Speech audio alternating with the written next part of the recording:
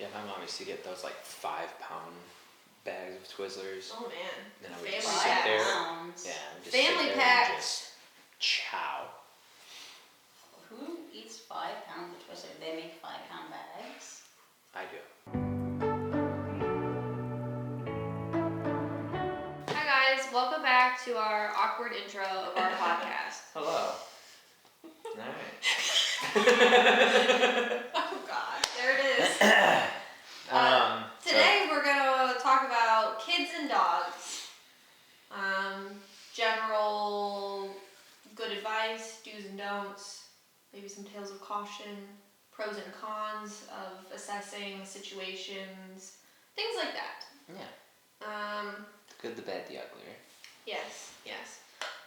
What's your guys', do you guys have much, I'd say like in your personal life experience of like do you have children in your family or of your own that would be around your dogs or not or anything like that? Yeah, I have 3 nieces that are like 4 to 2. Okay. And we'll have Sully around them sometimes and stuff, but my one sister-in-law has 2 dogs in her house with 2 of the kids, the 4-year-old and the 2-year-old. And so like definitely some situations. The biggest thing I see when over there their dogs is they have like just over a year-old Bernedoodle. Okay. And so it's obviously very much still puppy energy and everything like that, and she's still growing. So the biggest thing that we see is the collisions, is the dog getting hyped up when we're over, and the kids being in the way and knocking her over or something like that, as well as eating. Eating's another big problem I think that they have as well. Okay. In terms of that relationship with the kids and dogs. In that, if the kid looks away for a second, or even just as they're eating, the dog's kind of sneaking in and trying. Their second dog is a little bit older. She's like 6 or 7, so she's a little bit more calm with them. But that's like really my only relationship with it. So Sully around them is a little family. bit. Sully's good with them, and luckily the dogs are nice, but it's more just like the annoyances that they have. Sure. Some of the nuisance behaviors. Yeah. Bridget, what about you? I am the youngest person in my family, so I don't have I'm not around any kids directly around my dogs. But I have clients that have shared a lot of their instances with kids and dogs, and I'm kind of familiar with it, but I also don't have the personal experience of raising or being around a child. So. Yeah. And I have a stepson. So it's kind of cool. We have like the 3 different scenarios I think you could run into of like, I have a kid that lives in my home with my dogs. You have like extended family that could be around your dog. And then you come more from the angle of like any children your dogs could potentially interact with is more so just strange children, that you don't know very well. Yeah. And I think in both of those dynamics, all of those dynamics, there's like certain pros and cons to like weigh out of like, is an interaction even worth it? Do you want to? Do you need to?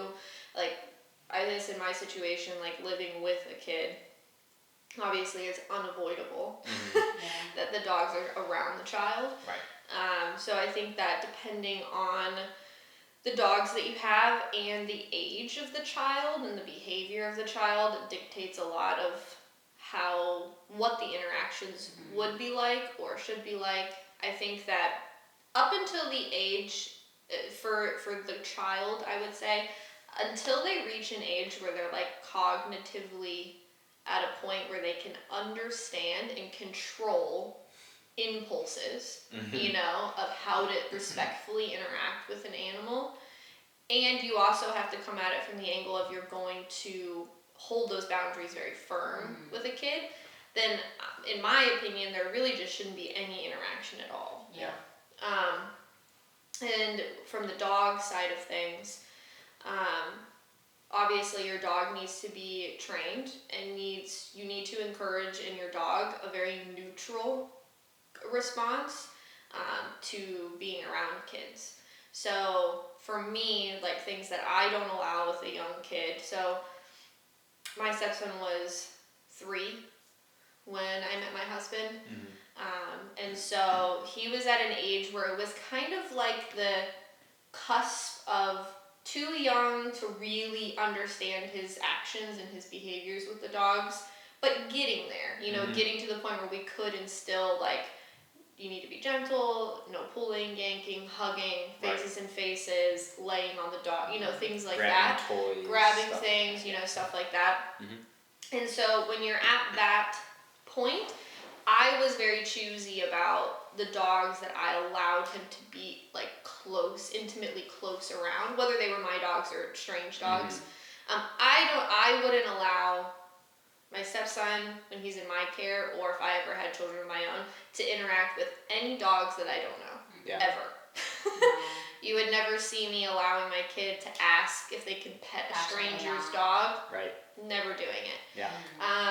Not doing anything like that. So with my own personal dogs, though, I need to assess each of their individual temperaments and only put them in positions where they would be successful, right? So if I know that my kid is maybe at an age or a point where he's still doing a few behaviors that shouldn't be enough to really cause an issue with a dog, but are still somewhat inappropriate, like grabbing hair or, you know, like they don't pet, they do this stuff, you know, to the dogs. So like behaviors like that, then that's where I'm only going to allow him to be around dogs that are going to be tolerant of that to a certain degree and allow me the time to interrupt and be like, hey, remember, we're not doing those behaviors. I'm going to show you how to do it type of thing. So in my own care, there was a couple dogs that I could trust to do that, and there were a couple that I couldn't. And so I just had to heavily manage those interactions a little bit more by utilizing the crate a bit more, making sure that I was, in this, I mean, for any dog-child combo, they should never, ever, even for a second, be left unsupervised. No. Ever. No. That's how fast something bad can go. Yes. You know, in just a second. Exactly. So you always have to be watching them. So the crate is a huge piece. Any clients I have that are like going to have kids or anything like that, I'm like, even if your dog was crate trained, you haven't had to use it for many years, we need to start getting them reintroduced to it and comfortable with it, because that is an invaluable tool. Maybe you won't ever have to use it, but if you need it, I want you to have it accessible. Because sometimes you just need a moment. You just need a moment. Watching them at all times, and you're going to need to cook dinner, you need to get lunch ready, you need to get the kids dressed, or you're going off to do something. And it's that split second that the kid's going to the dog's food bowl or pulling the dog's ears, and the dog's like, wait a second. If you're not going to set the boundaries with your child, your dog will. Oh, absolutely. And that's something where you have to be able to look at things from a very like reasonable lens. Because sometimes, and I've seen it go both directions, honestly, dependent on the parents, and I think you guys have some stories in this to support this as well. Sometimes people lean really heavy into the kid can do no wrong and the dog has to just put up with it. And I actually have a situation with a client where that attitude led them to a pretty nasty bite right on the face of a kid, because the kid was hitting the dog, the kid was hugging the dog, and they just kind of let it go. The dog was actually doing really well. It was trying to get away, it was growling, it was snarling, it was trying to, all these things, till ultimately got pushed to the point where it was like, okay, no one else is going to help me. And this child isn't listening, so I'm going to tell it to go away. So sometimes people lean a little bit too heavy into the kid can do no wrong. And then there's also times where people lean really heavy into the dog can do no wrong, and the kids need to learn how to do certain things, to the point where it's like, now we're not allowing the kid to be a kid. You know, I've had 3-year-old Timmy is not allowed to like run around and you know, be crazy. I've had a client where they were like, oh, like anytime the kid runs, the dog charges and barks at him aggressively. So I've just really worked on, you know, the kid being calmer in the house. And I said, no. We're not doing that. The kid should be free to be a kid in the house. Of course, whatever your individual household rules are, whatever. But you shouldn't have to change your child's behavior if it's not even in reference to dog interaction for your dog to be able to safely exist in the house. Yeah. I had a situation there. I went over to an in-home, and they had a big trampoline, and the kid was jumping on the trampoline, and the dog was right under biting the feet at the trampoline. And he's like, the mom was like, well, we try not to let the dog out when the kid's on the trampoline. And I said, go get the dog. And we had him bounce on the trampoline and be a kid. He was really enjoying himself. And the dog, sure enough, was like, I'm going to bite his feet. So a couple of corrections later, and the dog had no interest in that specific behavior. So instead of trying to avoid problems, because inevitably somebody's going to leave a door open, the kid's going to be on the trampoline, we have to address the specific issues that the dog may be doing that are inappropriate. And on the same playing field, we also have to make sure the child is being respectful of the dog. Yes. And like not get invading space, but it takes a little bit of management on both pieces to really have that harmony in the house. Yeah, that's one of the big things that I saw in an in-home one time too. Was there were like 4 kids in the house, all pretty young, and we're talking, we're doing all this stuff, and the one kid had just like a little stuffed animal or whatever, and was like smacking the dog's butt with it. And I was like looking at this going on, and luckily again the dog, that's not why we were there, you know. It wasn't, luckily the dog was able to put up with a lot of stuff, but that's a huge thing that I think a lot like that kids don't think about is, I'll just throw this thing at them to get them to like run around or whatever, and that can turn bad real quick. And that's a good point to bring up, because I was going to say next is that you shouldn't rely on your dog to tell you what they don't like before you start setting boundaries. Yeah, you shouldn't wait until something happens before you start to come up with a game plan, because inevitably, if you're not going to step in, like I said earlier, your dog is going to set those boundaries.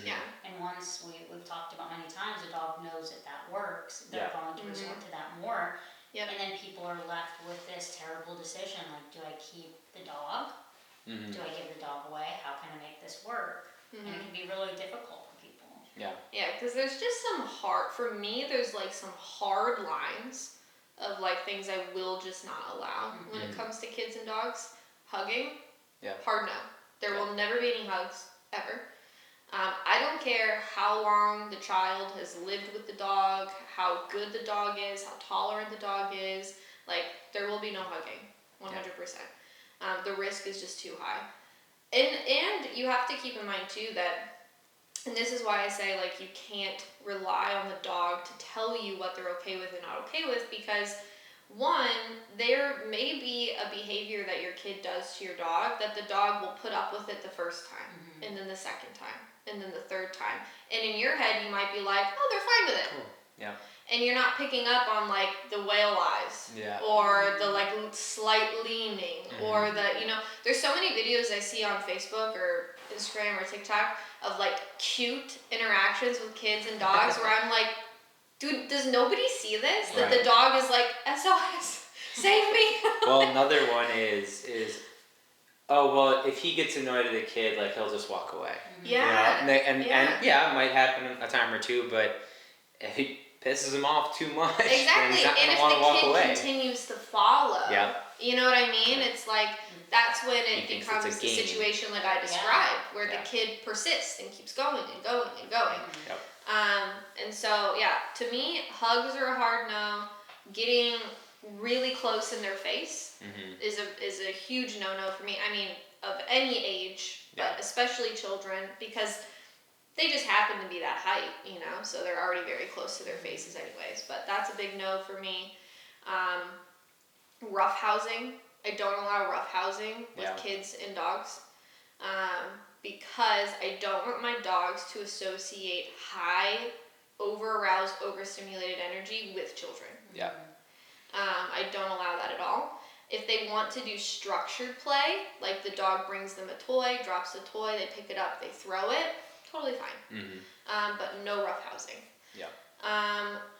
Those to me are kind of the biggest ones, and I honestly feel like if people followed those 3 rules, they would avoid a lot of issues. Yeah. I think, another big one that I can think of is sharing furniture. Like, your dog should never share furniture with your child, because they're an even playing field, they're right face to face, and sometimes dogs can resource guard furniture or space. They're taking a nap on the couch, your kid's jumping around, instead of over and over screaming at your kid, no jumping on the couch, don't do that. Yeah. We need to remove the dog from the furniture, and that's the way we need to start to live with animals.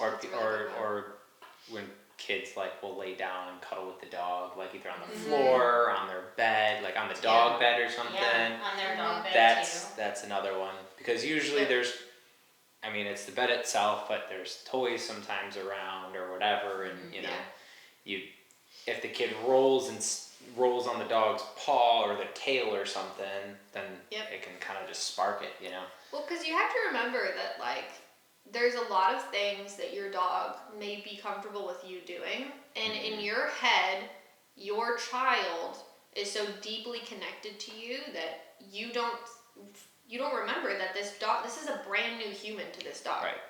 They don't have that emotional connection to your child the way that you do. So if they accidentally step on their foot, or they do these things where maybe if you did it, it wouldn't be that big of a deal, your dog could react very differently, because it's a brand new human, to them in the house that they don't have much of a relationship with, let alone if up until this point they've been kind of rude and pushy and a bully and all that kind of stuff. And then they're just sick of it at that point from both sides, you know? Yeah. And that kind of made me think of a newborn baby. You bring the baby home, right, for the first time, and again, you always see them on Instagram or whatever that they just like media. give the baby. Yeah, to they're the like, dog. oh, look at sniff your brother or sister, and the dog comes up like all like weirded out and like kind of skeptical, and it's like that right there should show you like that's probably not the best option right now. Like the dogs have amazing sense of smell. They can smell that thing. They know it's there. As soon as you pull in the driveway, they smell it. They know that thing's there, And especially if they're curious, if you're walking in the house and you are holding it and it's jumping up and it's all like happy, excited, whatever, like that's the last thing you want. If it acts the same way as you bringing a newborn baby, as the same thing of like you holding a tennis ball, probably not best to go and put your newborn baby in its face, right? Exactly. Yeah, it's like there's a whole Instagram that's just absolutely ridiculous advice, like dog meets baby or something, and it's like you should take something from the hospital and present it to your dog so your dog can smell it. And all of that is just creating this interest in the smell and the novelty, and really how to handle a newborn baby and a dog is there's no interaction. There's no presentation, there's no introduction. Like you cannot have your dog build interest in that and be like, I want that. No, absolutely. Crying, it kind of sounds like a squeaky toy. Yeah. It smells good. Yeah, no, definitely. It's alarming to me how many people do that. And from the beginning too, like you have to keep in mind that like, there's certain breeds that can react differently as well. Like I've a lot of like guardian breeds or like more territorial breeds or things like that, they can very easily latch on to that baby as like a object and something to guard. Yeah, it's another one is like, oh, my dog's being protective over my child. I really like that. No. Red flag. Red flag. The like those videos of people like, oh, the dog won't let them touch her belly while she's pregnant. Like you're just encouraging this very dangerous behavior of the dog claiming ownership over another human, another baby. In the amount of time that I've been training dogs, which is over 9 years at this point, it is far too many cases have I run into where the dog is exhibiting aggression towards its own adult owners over the children. Yeah. All the time. Like, far too many cases. Some really extreme, the most extreme cases I've run into is like, I had a couple actually call me as it was happening that we'd already done a consultation, but they hadn't signed up for training yet. Mm-hmm. They called me because they were like, our baby is crying and we can't get in the room because our German Shepherd is guarding the room. Yeah. And they ended up getting bit because I said, guys, you gotta get in there. Yeah. Like, I tried to walk them through like the safest option they had, but ultimately the guy ended up getting bit on the hand because, I mean, they had to get like they used something to try to throw a slip lead on the dog to try to like pull it away. Because I was like, as soon as you get him away from that situation, you'll likely be okay. Yeah. But like, and I mean, they had been in that before they called me. It was like 2 hours that they couldn't get in that room. I had another really extreme situation. It's scary. I had another extreme situation where a kid who was a little older, he was like maybe 7 or 8, I think, he fell out of a tree, broke his arm, and the dad couldn't get to the child because the dog was guarding him, because he was in a vulnerable position, screaming, crying, all this stuff. The paramedics show up. They were like, we can't get bit by your dog, trying to get to the kid. It was a whole fiasco. He ended up getting bit by his own dog as well because he was like, screw it. Like, I just have to grab him, you know what I mean, and get him away. So, like, they're very serious situations that they didn't start that way. Yeah. You know, this stuff started. Oh yeah, there was a lot of build-up there, and a lot of the beginning build-up stages is stuff people think is cute. And they're like, oh, they're so protective, it's cute. Like, It's not cute. It's not cute. You're not a threat. Right. And you're allowing your dog to set boundaries with you over the child, just as the dog is setting boundaries with the child in the house. On the contrary, you can't allow the dog to be like, no, it's my time with the kid. No, I'm getting on the furniture. Yeah.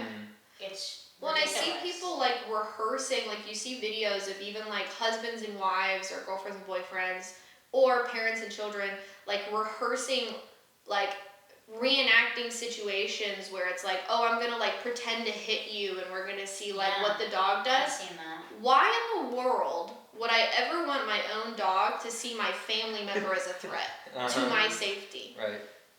Like, that is completely absurd to me. So now my dog walks on eggshells, constantly like, I don't trust this guy.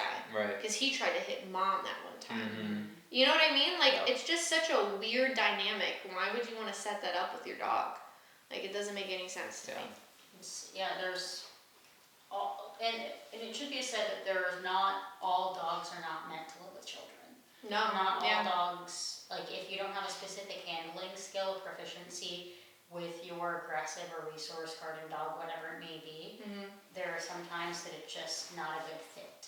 Yeah. Like, I think I mentioned last time I had this wonderful family come in and they had this doodle puppy and they really loved him, but from like 6 months of age, the dog was starting to show extremely aggressive behaviors guarding the mom, and she called me, it was like one of my off days, and I was like, hey, what's going on? She's like, I need advice. She's like, I don't think I can handle this anymore. She's like, I turned my back for 1 second. He's biting the kids. He's very protective if the kids are running by. And of course, we talked about her options. And she said, is it okay for me to give him back to the breeder? And I was like, absolutely. It's absolutely okay to decide that the dog that you have is not going to be safe for your lifestyle with your children. So she ended up giving him back, and they got another dog who's just been fantastic and that their kids can enjoy, and that she doesn't have to worry. Like, yes, she could have handled it and managed it, but she didn't want to. And that's totally fine. Yeah. Totally fine.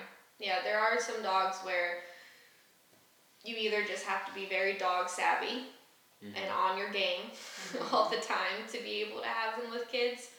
And then there's also dogs where it's like, yeah, they could be, but also maybe you just want to put them in the kennel so that you can have like a little bit of a time to Yeah. relax, Right. you know, and not worry about it and deal with it, and then you can bring them back down for a period and stuff like that too. So A little similar, like, I won't say raising kids and dogs is exactly the same, but young kids need naps, and parents need to be able to put them in their crib or their room, and similarly, you need to be able to give your dog breaks from the stimulation of the house. Yep. honestly, raising kids and dogs, there's a lot of very common themes. Yeah. Truly, honestly, Yeah. like the big overarching ideas are very much the same. Like predictability, structure, routine, accountability for things, communication, having clear expectations, clarity in what you need from them. Like all of it is very similar. How you implement things, obviously, is a little bit different, and there's more gray areas with kids, you know, than there are dogs. But it honestly is very similar. Yeah, my always biggest concern when I have a client that's planning on having a baby or just had a baby is when they start kind of moving around, they start playing with stuff, they start rolling over, crawling, all that, you know, like Getting mobile. yeah, playing with their toys, and you know, my thing is always your kid does not know the difference between their toys and the dog's toys. Yeah. So if it's something where you're letting them crawl around and they're playing with their toys or whatever, like I always just enjoy your time with your kid at that point, right? That's you're giving them time, you're giving them tummy time or whatever, you know, to crawl around and all that stuff. Like your dog does not need to be a part of that sniffing and being all like intrusive and everything, you know, like let them do their thing, put the dog away for a minute, take a break from that. And then when they're done and you have time to clean up the toys and everything, then you can let the dog back out and let him do his thing, you know? Or even like a bed stay. Right, Perfect time to practice bed a bed stay stay, you know, stuff like that. Yep. I think it's really important when you do have a dog that they have a space of their own. That's not just their crate. Like we tell the kids at a very young age, when the dog's on the bed, we leave the dog alone. Yes, that's that's great. a good How one. many times do parents come back and they're like, but my kid crawls on the dog bed with the dog? Yeah. Like, no. You need to be able, as the adult, you need to be able to manage situations and give your dog a safe space to go rest if they need a little break from the screaming and the crying and whatever may be going on. Yeah. And we have to be in a position where we're able to manage that and advocate for our dog with the children. It's important that parents go into this knowing that you need to teach your child that the dog is not a toy. It's not like an additional accessory. You know, I've had some parents over the years be like, oh, but like it hurts my kid's feelings if the dog doesn't want to lay with them or sit with them or do all these things, play with them or whatever. And I'm like, that's not a concern. Like that's not a valid concern. Like we can't. I want my kid and my dog to be best friends. So like, I want them to be interacting. It's like no. Yeah, it's like I get that your kid is excited there's a dog, but it's also our job to explain to them that the dog is not here for your amusement. Yeah. It's a living being creature. You can't just pull on its ears and pull its tail and ride it like a pony. Yeah, and it's not at your every beck and whim to do what you want to do so that you can get amusement out of it and enjoyment out of it. Like, well, dogs and kids are at a different level, yes, but they need to have mutual respect for each other. And so that's a big thing I've come across too is, and even I'll just a lot of times talk with the kids myself and communicate with them and explain all this stuff to them because they can understand. Yeah. You know, I think sometimes we talk to kids at a dumbed down level when when they can understand the stuff that we're trying to communicate if we're just clear about it. But that's a big piece, is not treating it like a toy. Yeah. And another thing to be said is stop giving your kids the responsibility of having a dog. And when they're not capable of the maturity level, I hear oh, I've got this dog for my kids, and they're not letting it out. They're not taking care of it. They're not walking. It's their fault. Their kid's like 10. Yeah.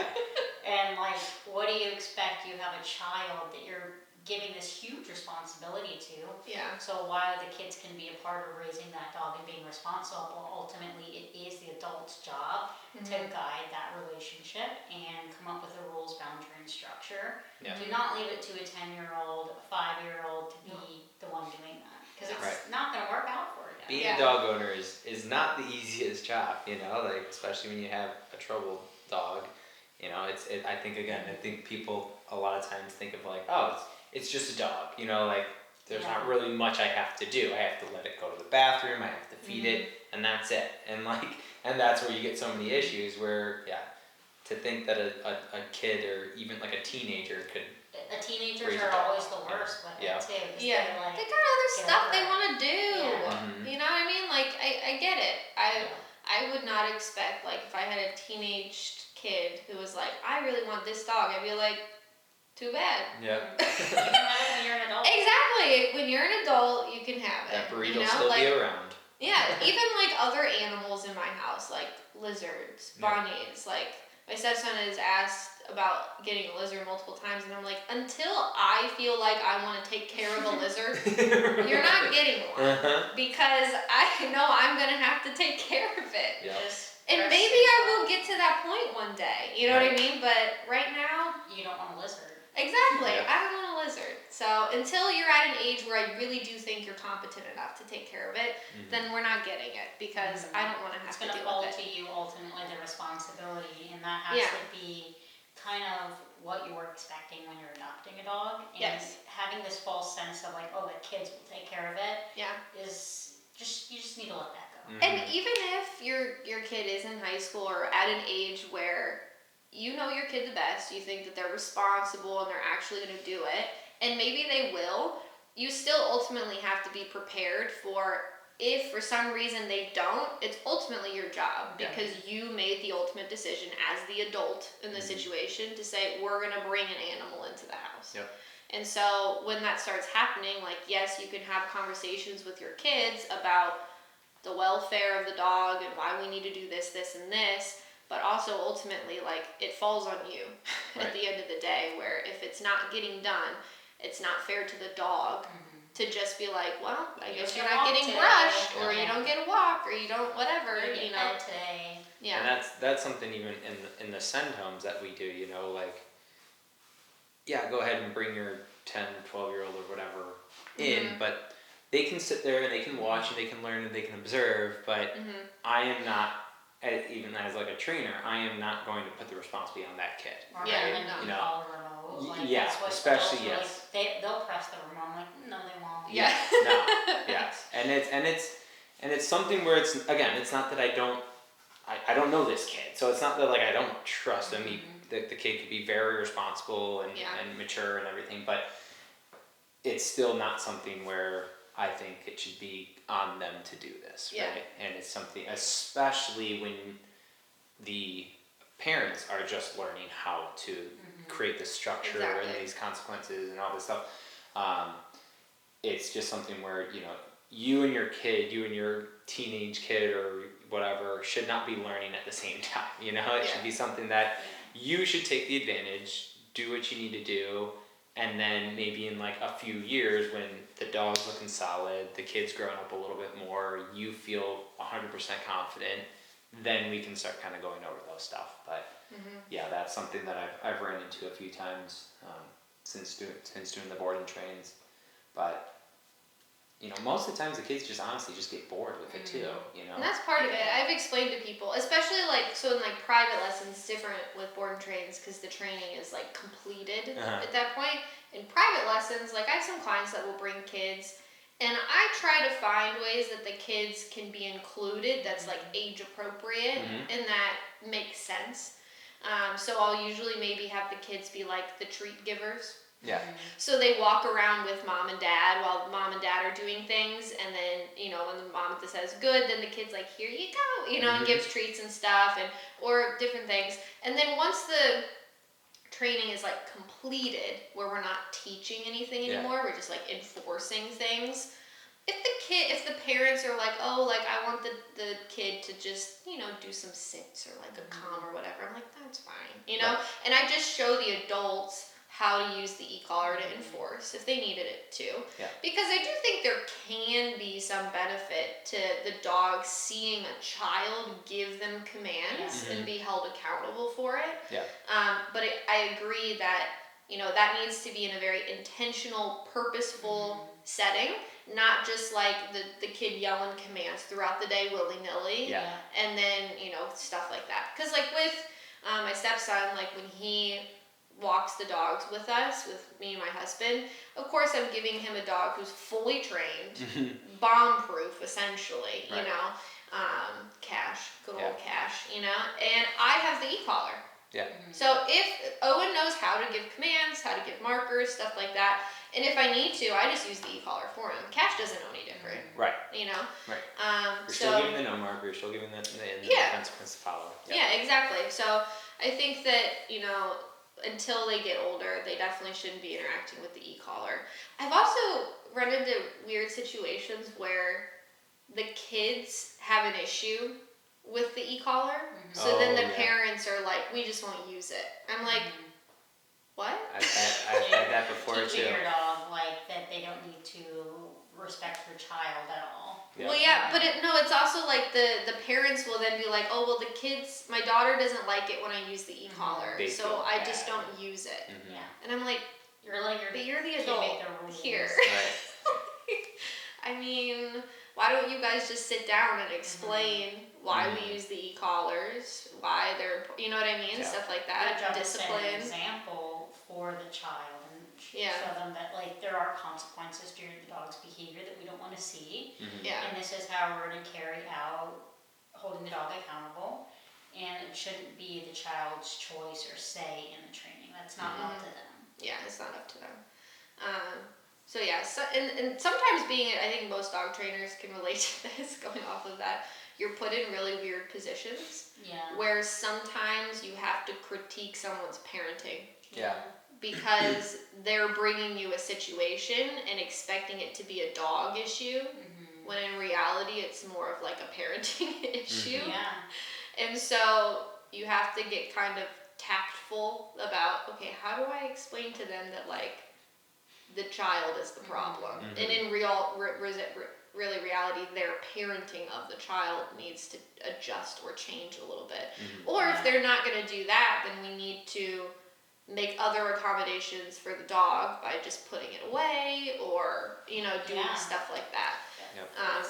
It's crazy sometimes. Like we had a situation a couple of years ago. I'm sure you guys know that dog that I did a board and train with him. He was a really friendly doodle puppy, and he went home, and within like a couple of days I got a scathing email from him, and he's like, you changed my dog's personality, now he's biting my children, and it's because of your training that the dog, it was just absolutely insane, unhinged behavior. And what really happened is as the dog was aging and maturing, it got less tolerant of the kids grabbing him and pulling him and riding him, and he snapped, and he had been without it for so long. And in the intake paperwork, that was starting to become an issue even prior to training. So it wasn't something that they weren't aware of, was like starting to come up. Possible issue. Inkling, which is why they sought training out.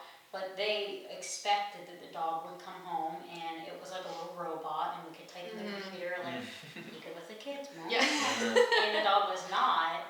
And of course we met with them, and David went over to their house, and David was like, it was absolutely insane. The kids' behavior was awful. They were throwing, screaming in the lesson, and it was just unhinged. It was very clearly a parenting issue, and it wasn't with the dog. The dog wasn't doing anything wrong. He was simply defending himself from these kids that were terrorizing him. And the dog had no safe space. So of course, I think David just like looked at them, and he was like, "Come on." You know how he does that?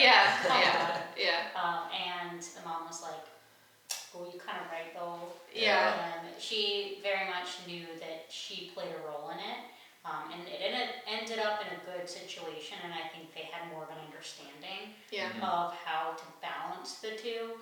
But we can't expect our dogs to be or have to be tolerant of every little thing our kid does, because it's not respectful, and it's quite honestly cruel to your dog if you're allowing your child to hit, punch, kick, scream no, scream at the dog. Just not fair. No, and I've had a lot of either friends or even acquaintances. When you're a dog trainer, I think some professions are like this, where like people just like come out of the woodwork that you like barely knew in the past, and they just want to like ask you all the questions about dogs and stuff like that. But I've had a number of people be like, hey, I have some questions about like certain dog breeds. Do you think we go to family? You know, yada yada, have kids. And I'm more than willing to talk to people if they're kind, you know.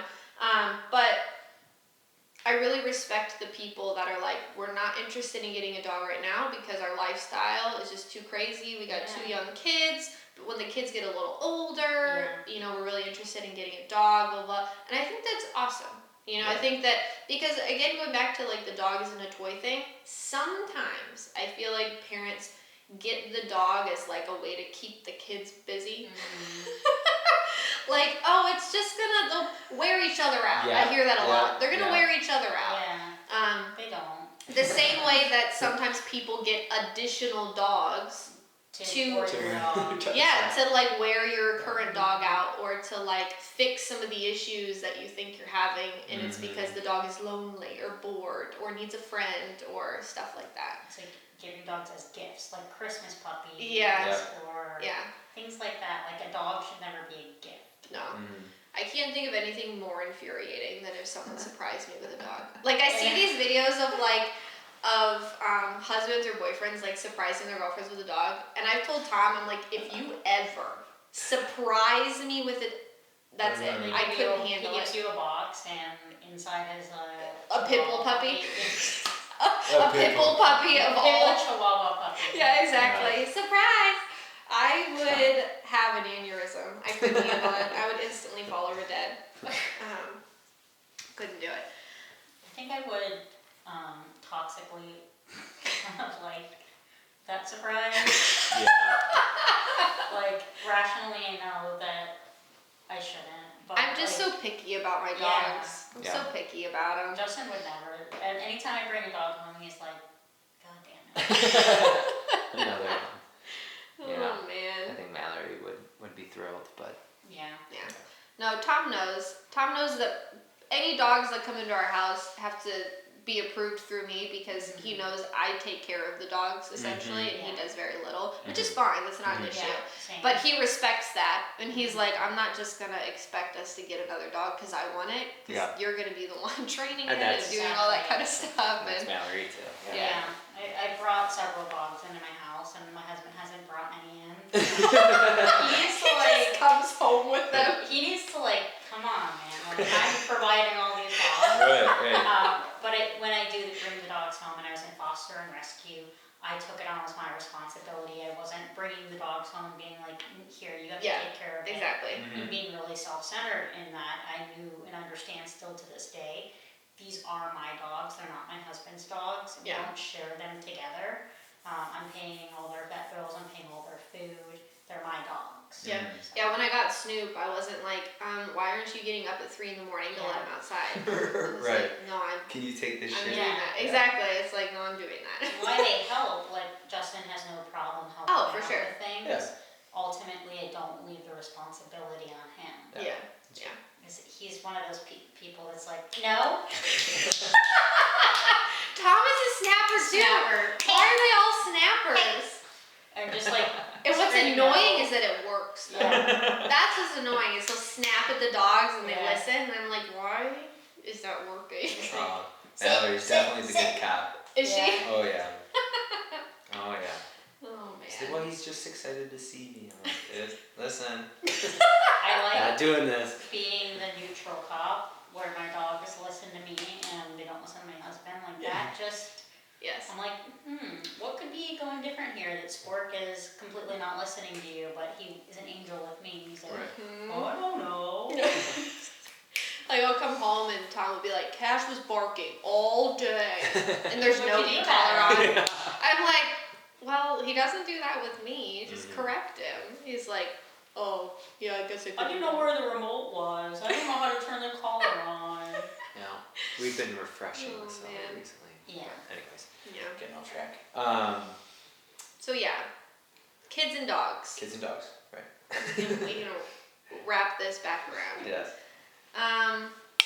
I think the big takeaways are recognizing that getting a dog is a very big responsibility, and it's only going to add stress to your plate. Yeah. Dogs are really great, but when you're trying to raise a dog and children at the same time, it can be a bit much. Especially a young child. And a young dog. Yeah. I give full credit to people that manage a household of children and a dog at the same time. That's incredible. And people that take it on really responsibly.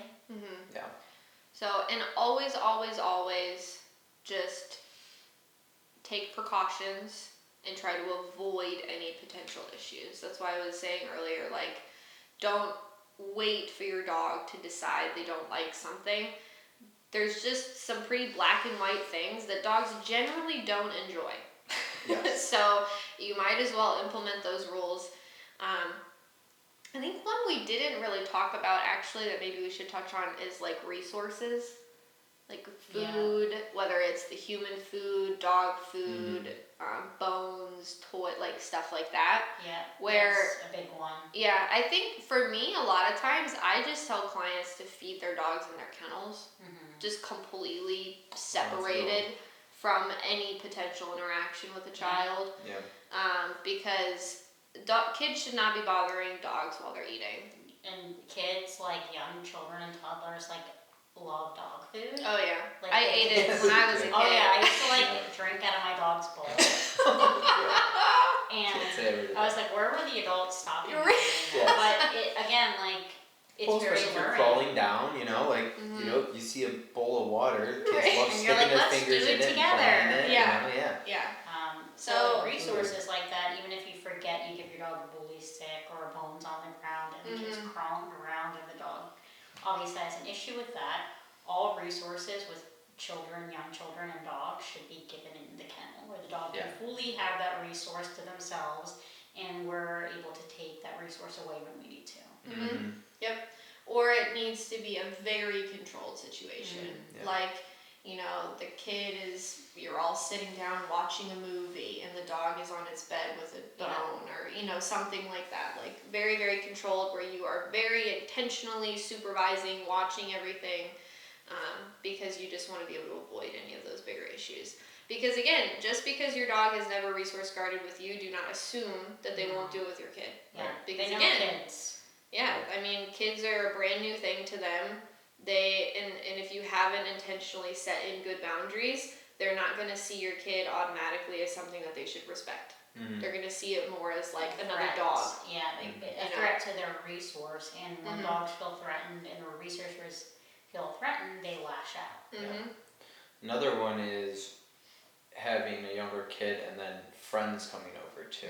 Like kid friends. Extended kids, strangers. Just because your dog gets along with your friend or with your kid does not mean that they're going to get along with their kids. Yeah, not at all. So that's another thing to do where, probably, you know, just putting them in the crate is the best option, you know. Yeah. But if not, if you don't crate or whatever, then yes, heavily supervise. Yeah. Have that communication when they come in, you know, this is not what we're doing. You know, I have had situations where your kid wants to go show their friend their dog, you know, in the crate or whatever, you know, and it's just something where you have to have that communication very strictly with their kid of like, this isn't a show and tell thing. This isn't a, hey, come, let me see what like my dog can do, or let me show you what my dog can do, or everything like that, you know? Yep. That's something that has to be taken very seriously as well, because Yeah. it's obviously terrible for your dog to bite your kid, but it is much more serious. Well, not much more serious, but Legally. yeah, Yeah. legally, Much more serious. yes, legally, I guess is what I was thinking. Yeah. If they bite another kid, Oh, right? yeah. So, You know, there was plenty of times when my stepson was younger, before he really got to the age where he can understand a little bit better now, where he was like, oh, like when we were out in public with the dogs, he'd be like, oh, can we have them pet the dogs? Can they meet the dogs? Whatever. And I would always tell him, I'm like, these are our dogs. They're not for anybody else. right. So, no. We did not bring they them can't. here to interact with other people. Exactly, You know, to yeah. hope that someone would come up and ask if they could pet. You know? Exactly. I'm like, that's not what they're here for. These are our dogs. Yeah. But yeah, I mean, the same way that I would never let my kid interact with strange dogs, I would never let my dogs interact with strange kids, ever. There's literally no point. Literally no point at all. Even like kids in my neighborhood, like I have neighbors that have young kids, and you know, a lot of times they're running in my yard back and forth in the front and stuff like that. Totally fine. My dogs aren't going to be out there. Right. Yep. They're not going to be out there. And the times where I have had my dogs out there, at the risk of offending my neighbors, I was very clear with their kids when they were behaving inappropriately towards my dogs.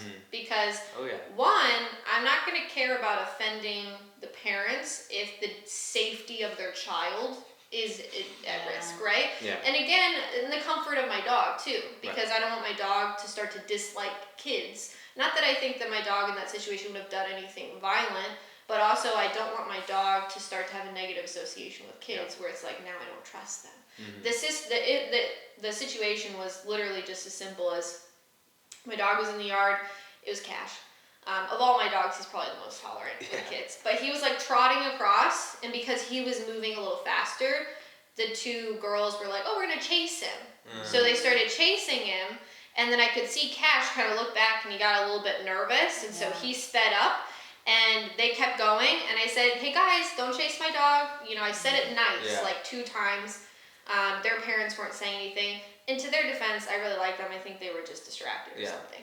But I got really stern, and I actually walked over and I like put my arm out to stop them. And I said, we're not chasing my dogs. I said no. And then they walked back over to their parents. And I talked to the parents, and I said, you know, I wasn't trying to overstep my bounds there. And they were like, oh, no, please, it's totally fine. We weren't paying attention. I'm so sorry, you know, stuff like that.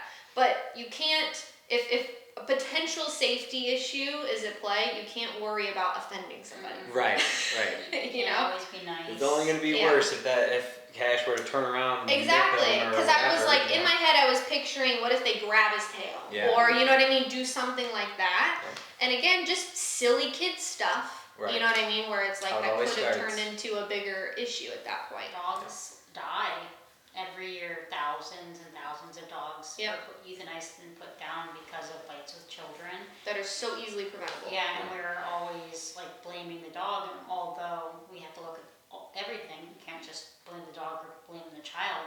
We have to put our best effort in preventing bites from dogs to children. And that is your responsibility as an adult, whether they're your own children or they're the neighbor's kids or a kid at the park that comes running over. You gotta step in and you gotta advocate for your dog in their space. And there have been times where, like, if I have kids come over that are friends with my stepson or whatever, of course I'm only gonna have my dogs out that I feel like are tolerant enough to deal with a kid, again, that maybe doesn't know the same boundaries that they should on how to interact with dogs. And that I can just, and again, I'm not shy about telling them. You know, there was a kid over once where, you know, Cash was laying down somewhere, and he walked over and he kind of was petting him, and they went to lean on him, and I said, nope, don't lean on him. We're not leaning on my dogs. You know, you're gonna respect his space. You can pet him, it's totally fine, but don't hug him or lean on him or anything like that. You know, and I just catch that stuff really fast because I'm not about to have a bad situation where a kid is emotionally scarred or physically, potentially, for not even necessarily doing something overtly wrong, but, you know, just something that is probably not the best idea. And then also have my dog in a situation where it's not great. So. Big takeaway is that your dogs can't talk. So you have to talk for them. Whether it's to your kids they or talk to adults. with their teeth sometimes. They don't talk, but they can bite. You know, so Yeah. and they will if they have to. So I think that's kind of one of the biggest takeaways. Speak for your dog. And we have to wrap it up, but I will end on a positive note of when done correctly, kids and dogs can be a very beautiful thing together. Yes. I grew up with dogs. I know you grew up with dogs. And it was awesome. I loved growing up with dogs. It was amazing. And so as long as it's done correctly, like, you have to change your view of like what your interactions and relationship of kids with dogs should look like, because my parents were also very realistic about our boundaries and our expectations of how we interacted with our dogs, but that doesn't mean I didn't have a relationship with them. I love my dogs. You know, if anything, I had a Creates a healthier stronger relationship with them because we respected each other. You know, so yes. if it's done well, it's awesome. It's very, very It's cool. a beautiful gift to be able to provide a harmonious house for everybody. Yeah, absolutely. And that's the whole point of being a dog owner. So that's what you want for your dog, you know. And it's such a good lesson in respect for animals for kids. Yeah. You know, and being kind to creatures that can't communicate the way you can. So, all right. That was good. Thanks for joining us, guys. Thanks for joining us. If you have any questions about dogs and kids, Yes. let us know. Yeah.